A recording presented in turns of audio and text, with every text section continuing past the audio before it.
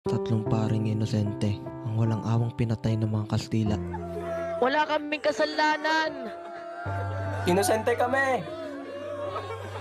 Akala namin, ito na yung katapusan. Pero, ito pa lang pala ang simula. December 30, 1896, pinatay si Dr. Jose Rizal sa Bagong Bayan matapos malaman ng mga Kastila na sumusulat ito laban sa kanila. Consumatum est!